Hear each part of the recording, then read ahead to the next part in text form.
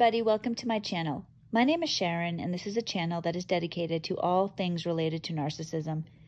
I've been married to a covert narcissist for almost 20 years. I'm separated from him now, and what I do with this channel is I use my real life experiences to get information out there to people about what narcissism really is, what it looks like, what it does to you, and what it does to your family. In today's video, I'm going to be talking about boys who grow up with narcissistic fathers. Before I get into today's video, I would like to say thank you to everybody who has subscribed to my channel. I'm truly grateful, and it's so gratifying to me because I put a lot of effort into the channel. I want to try to make it a great resource for people who are suffering, going through narcissistic abuse, or just wanting to learn more about it. While I'm making today's video, I'm literally a few subscribers away from 500. So if you haven't already subscribed to the channel, I'd be so appreciative if you did that. So I'm going to go ahead and get into today's video. So as I mentioned, today I'm going to talk about boys who grow up with a narcissistic father. I'm going to make a separate video about girls who grow up with a narcissistic father. And if you are interested, and if you are, please say so in the comments. I could also make an additional video about what it's like to grow up with a narcissistic mother. So of course, I know that it's important for all children to have a good, healthy, emotionally stable father. So in today's video, I'm going to just talk about from a male's perspective when that isn't the case. If your son has a father who is a narcissist, they're not growing up with an emotionally stable, good, productive, role model for your son. Narcissists, by definition, are selfish, cruel, manipulative. They cause absolute chaos and tragedy in your family. So whether or not your husband, your boyfriend is in the home or not, this is going to affect your son. Boys and girls process anger differently. When a boy feels anger, they externalize it. They lash out. They react violently, whether it's emotional or physical. Girls tend to internalize their anger, so they take it out on themselves. They become depressed, they get eating disorders, they cut themselves, they become codependent, they have issues with men, they get, there's teen pregnancies. That's a whole other situation, which I'll talk about in the video about girls. But for boys, they externalize that anger. And make no mistake, almost certainly, if your son has a narcissistic father, he feels rejected, he feels demeaned, he feels helpless, and he feels anger. So if he doesn't have a way, if he doesn't know how to channel that anger properly, he can become a real problem, not just to himself, not just to you, but to society in general. 90% of felons grew up in homes with absent fathers, with no father. 90% of homicides are committed by men who do not have that male role model in their lives. Now, of course, there are some situations where a father dies and, what can you do? The father is dead. And that is a whole other situation, and that can cause problems as well. But what I'm talking about is narcissism when their father is alive. He just isn't there for the child. He's not available for the child. And if he has narcissism, he isn't there for the child. He is focused 100% on himself. The child really doesn't matter. And your son is going to feel that. They're going to feel helpless, and then they're going to see how you're treated. My son has seen my husband abuse me. He has seen him my husband once gave me a silent treatment for 7 months. So every single day my husband would come home from work and my son would witness him ignoring me. He would talk to the kids. Now, when he was giving me a silent treatment, very typically he would be extra nice to the kids. Now, he was not a good father even when he lived at the house, but during silent treatments, he would lay it on thick. He would come home from work and because he would want to hurt me. So he would say, he made it very clear that he was available to everybody but me. So he would say, hey guys, how was your day? Oh, what are you doing? Oh, do you want to watch a show later on? This is the type of thing he would do while completely ignoring me. So my son witnessed this. My son witnessed me having to call the police several times to have my husband removed from the house. My son witnessed my own husband, his father, banging his head against the wall, blood streaming down his face while he's saying, I'm doing it. So he's watching his father abuse himself, blaming me and being scared. He's calling out, Dad, stop it, stop. Why can't you just stop? This is what's happened. I've had to tell my kids, all right, guys, I have to call the police. Go to your room and lock your door. I'll tell you when it's safe to come out. This is what my son has witnessed. He has felt helpless, scared, and alone. He's a man. He wants to take care of things. He wants to protect me, and he can't. So he is an angry boy. Every boy who grows up in a situation like this is angry, and it is crucial as their mother that we learn to help them, to take care of them, because you're going to want to be a mother and a father. When you're a single mother, you are put in that position where you have to be a mother and a father, but realistically, you can't be a father. So we're going to talk about in a little bit about what you can do, how you can help your son.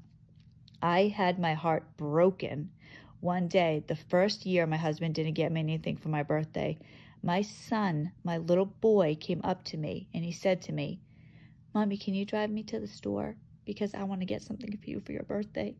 Because you need to have something for your birthday." I'm so sorry. That just broke my heart. This is the type of thing that your son is witnessing, and they are helpless. They can't do anything, so they're going to feel this rage inside of them. It's natural for a boy to feel this way. They need, anger by itself isn't a bad thing. It gets bad. It can be bad when it isn't channeled properly, when it isn't handled properly. So as the mother of a son, you need to learn to know what to do. You need to recognize that, your husband, your boyfriend has forced your family into chaos. Your family is now a statistic. Your son is more likely to be a dropout, to be a drug addict, to abuse alcohol. You're more likely to have, financial issues. Your son is more likely to commit crimes. He's more likely to be an absentee father himself. It puts so much pressure on you. Because when you are a single mother, and I'm a single mother, you have the weight of the world on your shoulders because you have to do everything. In my situation, I was a stay-at-home mother before. Now, when my children need me the most, I have to leave and go to work. There's a new reality for us. It puts so much pressure on us. And now my kids are different. My kids are the ones from a broken home. This isn't fair to us. This isn't what I ever wanted. This isn't what I tried to give my children. I always tried to be there for my children. But my husband is a narcissist. Narcissists destroy their families. But I try to say, I try to tell myself, there's no way I'm going to let my husband destroy my kids. So there are certain things I need to do. There are certain things you need to do. If you have a son, recognize right away, whether he shows it or not, he is likely angry, likely depressed, likely feeling bad about everything, feeling helpless. His own father has rejected him. Think about how difficult it is for you to accept who your husband is, who your boyfriend is. But you at least have the advantage of maturity. You can understand what narcissism is. I've tried to talk to my kids about narcissism. I think they understand to a degree, but they're children. How are they they don't have the world experience. They don't have the age that I do. They don't understand. I can tell them these things, but telling them it's not their fault or this is a mental illness, it's beyond his control. To have that really have them understand, for them, they need their father. If I'm hungry, I'm starving and I haven't eaten, and somebody, tells me, "Well, I'm sorry, but there's no food available, you can't eat," that doesn't take away my hunger. I might, okay, but why can't I eat? That for a child, they need their father. And if you come like I do from a narcissistic home, I don't have family support. I don't have male role models in my family. My husband's family is the exact same way. We both come from narcissistic families, and that's another risk that your son is at. So your son is more likely to be a dropout, to be a drug addict, to be a criminal, to be a narcissist himself, to be an absent father, to be an abusive husband, abusive boyfriend. So you need to step in, because males raised without fathers cause mayhem in society. It's so unfair. But I look at, my husband, he is a lost cause. Your husband probably the same way. Nobody cares about them anymore. They are adults making their own decisions. So before your child becomes an adult, before your child is out of control, your son is just written off by society, you need to step in, because you have the power to make a difference in their lives. You have the ability to guide them into manhood. It's not perfect. It's not ideal. No, but we can sit around and think about how horrible it is that it's not ideal, or we can just do the best that we can do. The first thing that I would tell you is get a male influence in your son's life. If he is always around women, he's not getting that influence. Now, it's been difficult with COVID. My son has been around women. He's been around me. He's been around my daughter. That's what he's been around. He does have some groups at church. Thank God, that's been so beneficial for him to have some male influence, but he has been heavily around women. So I'm trying to get him more involved with men. I'm trying to get him involved in sports, different things so that he can be around men that can guide him, good men that can help him. He goes to a church group and there's some good men there that have been guiding him, helping him. He's learning to see what a good man looks like, because outside of that, he doesn't know what a good man looks like. He knows his grandfather who's a narcissist. He knows both his grandfathers who are narcissists. He knows his father who's a narcissist. If he doesn't have anybody else, he's going to grow up to be just like them. I can talk to him all day long, but if he can't see a role model, he needs that. It's like I talked to you. If I was hungry, I need a sandwich. I need food. He needs that role model. He needs a man. So get your son around a good man. Get them involved in sports, the church, anything that you can think of. Therapy is also a good thing. Therapy's a touchy one. Like, my son doesn't want to go to therapy, and I'm not going to try to push him into therapy if he's just going to be angrier. And, you really need that right therapist, but therapy can be beneficial to you. Get him involved with other men. Help them identify their feelings. My son, one time, he threw a chair across the room, and I was pretty angry about it when he did that, but I held my anger in and I talked to him, and he said to me, if I had gone in there angry, yelling at him, he wouldn't have done this. Instead, he talked to me and he told me, I asked him, like, why did you do that? Why would you throw that chair across the room? And he told me, I don't know. Sometimes I just get so mad, I can't control it. I get mad at myself that I did that. I don't know why I did that.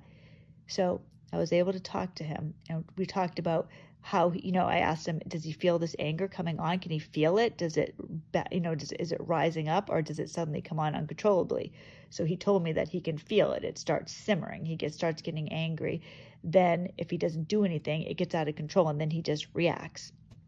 So we've talked about ways that he can identify his anger, and he's a good boy. I told him, when you start feeling this anger, can you tell me? Can you tell me at the beginning so we can do something about it before you lash out? Because he gets upset with himself if he gets angry. So he's been doing that, and it's been better. He's been telling me, I'm really feeling angry right now, and we've been able to calm him down. I'm not saying that's going to work every time, but be aware. So if your son reacts violently in any way, do not react angrily. I'm not saying that you should act like it's okay. He needs to learn that it's not appropriate. But if you try and help him rather than getting angry, because when he threw that chair, I was really angry too. I was really livid that he did that. He broke the chair, threw it across the room. But I was able to talk to him, and we got somewhere. So he's around these male influences. He is learning to channel his anger. He's learning it's okay. Ask for help. It's okay to ask for help. Don't try to do everything on your own when you feel like you really can't, when you feel like you don't know what to do, where to turn. You're going through turmoil yourself, because you are. If you are with a narcissist, whether they're with you or they're not with you, you're going through a divorce, you are divorced, you are in hell and trying to do every single thing on your own. Recently, I was so depressed. I was really struggling with depression. I was barely making it through the day, and I waited until I felt half dead to reach out. But I did reach out to somebody, and I talked to this person. It was my pastor. I spoke to my pastor, and after I spoke to him, I felt, the best way for me to describe it, and I told him this, I felt like I had just had a shot of adrenaline. Like, I just felt better. It feels good to get it off your chest. It feels good not to feel like you're drowning. So just like you need help, don't be afraid to reach out for help when you need it. Don't be afraid to reach out if your son needs it. We have a responsibility to raise good, moral men who grow up to become good fathers, good husbands, good sons. And if they have an out-of-control anger that is never dealt with, and it's not their fault, it's not your fault, but it's in your lap. It's your responsibility to deal with it. It's like if you have an illness, right? You can't just ignore it and hope it goes away. You need to take control. You need to handle everything. You are a strong woman. If you are dealing with a situation where you are a single mother, you are a strong person. You are holding your family together single-handedly. And I understand completely, because there's a lot of days I feel like I'm falling apart. But at the same time, I know I'm not going to let my kids down. You, I know, are like that too. All us single mothers have to stick together. We have to do this for ourselves, for our sons, for our families, and for society. There is a plague of problems. There's a plague of abuse committed by men who have narcissistic fathers. We can start to put an end to it. I am not going to let narcissism perpetuate into another generation. Please join me in this. Thank you for watching this video. I hope it has helped. Please let me know in the comments what you have done for your son, how your life is going. I'm very grateful to everybody who watches my channel. Please like the video, please subscribe to the channel, and if all goes well, I will see you on Friday. I make videos every Monday, Wednesday, and Friday. God bless.